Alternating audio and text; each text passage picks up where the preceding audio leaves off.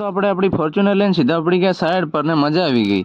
કેવી લાગી મારી ફોર્ચ્યુનર કમેન્ટમાં કહી દેજો. ને બહુ મોડું થઈ ગયું હતું એટલે ફટાફટ દોડાવીને સીધો પહોંચી ગયો સાઈડ પર ને બપોર સુધી કામ કર્યું ને 1 વાગી ગયો ને ખાવાનો ટાઈમ થઈ ગયો એટલે ફૂલ પંખો ચાલુ કર્યો ને બેસી ગયા ખાવા માટે. કારણ કે કામ કરીએ એટલે ભૂખ તો લાગે ને યાર. પછી શું બધા બેસી ગયા ખાવા માટે. મસ્ત દાળ ભાત શાક પૂરી ને બધું હરીપેટ ખાવા ખાઈને પછી 5 વાગ્યા એટલે બૂટ ચાપ કરીને પહેરી લીધા. મકાન માલિક જોડે થોડીક વાર વાતો કરીને ભાડા માટે પૈસા લઈ લીધા ને સીધા પહોંચી ગયા સોડા સો પીવા. કારણ કે આખો દાડો તડકામાં કામ કરીએ એટલે ઠંડુ તો પીવું પડે ને. બધા કે મારે ઠંડુ જ પીવું છે એમ. તો પછી માજમને યેલો ગમતું હતું એટલે એના માટે યેલો લઈ લીધું. પછી મીના કાકીને અને પપ્પાને બ્લેક ગમતું હતું એટલે એમના માટે બ્લેક લઈ લીધું.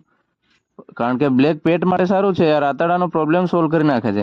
તો બધાએ બ્લેક લીધું એટલે પછી મેં પણ બ્લેક લીધું યાર. આપણે પણ પેટ તો સોલ્વ કરવાનો છે પ્રોબ્લેમ.